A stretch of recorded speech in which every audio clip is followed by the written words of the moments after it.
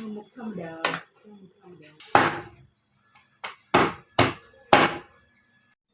cái cam thiệt rồi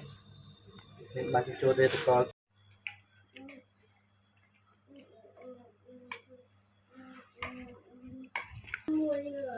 thật rồi nóพ่อละ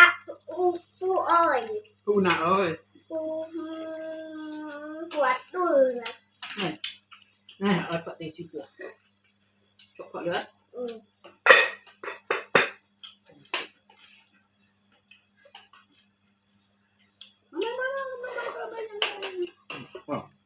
បាទសួស្តីជម្រាបសួរបងប្អូនទាំងអស់គ្នាបាទថ្ងៃនេះគឺបានមុខម្ហូបទៀតហើយបាទមកធ្វើម្ហូបពេលយប់ម្ដងបាទដោយសារពេលថ្ងៃមិនបានធ្វើម្ហូបទេបាទអញ្ចឹងថ្ងៃនេះគឺមកពេលយប់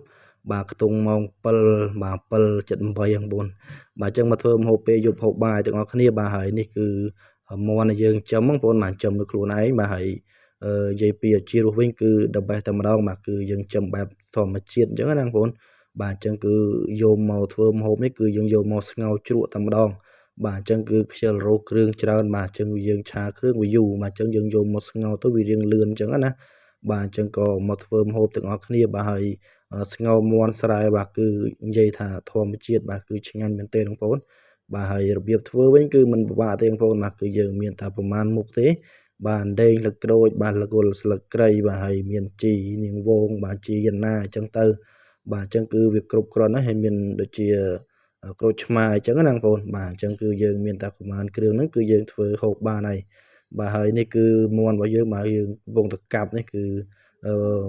มันជាធំណាស់ណាទេបាទគឺតូចដែរទេបាទហើយក៏អ្នកហូបក៏មិនច្រើនដែរបាទគឺមានថា4នាក់ទេបាទអញ្ចឹងគឺហូបតែប៉ុណ្្នឹងគឺគ្រប់គ្រាន់ហើយបាទហើយនេះគឺបន្លែដែលយើងរៀបចំបាទមានខ្ទឹមបារាំងមានអីចឹងទៅ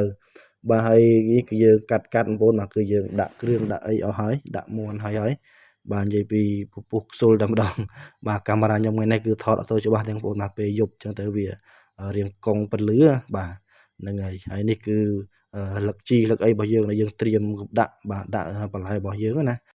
បាទហ្នឹងហើយបងប្អូនយើងកាត់ម្ដងកន្លែងឆ្អិនតែម្ដងបាទអញ្ចឹងគឺឆ្អិនហើយគឺយើងហូបជុំគ្នាបាទលក្ខណៈគ្រួសារបាទហូបនៅពេលយប់តែម្ដងបងប្អូនហ្នឹងហើយនេះគឺមាន់របស់យើងបាទគឺស្ងោរហើយបាទគឺឡើងទឹកពណ៌លឿងបែបហ្នឹងបងប្អូនបាទហើយមានទឹកប្រហុកមានអីមានម្ហូបច្រើនមុខទៀតបាទផ្ទាប់ជាមួយអញ្ចឹងទៅយើងហូបបាយពេលយប់គឺឱជារសគឺអេមដែរបងប្អូនហ្នឹងហើយអញ្ចឹងវីដេអូនេះគឺមានតែប៉ុណ្្នឹងឯងបងប្អូនមានអីច្រើនទេហើយគ្រាន់តែចង់បង្ហាញបងប្អូនទៅទៅនឹងការធ្វើម្ហូបហូបបាយពេលយប់របស់ខ្ញុំទេបាទអញ្ចឹងក៏អរគុណដែលបងប្អូនបានទស្សនាវីដេអូមួយហ្នឹងណាបងប្អូនបាទហើយក៏អរគុណច្រើនដែលបងប្អូនបានតាមដានបាទអញ្ចឹងចុងក្រោយបាទអរគុណចាំបាទសូមជម្រាបលាបាទបាយបាយ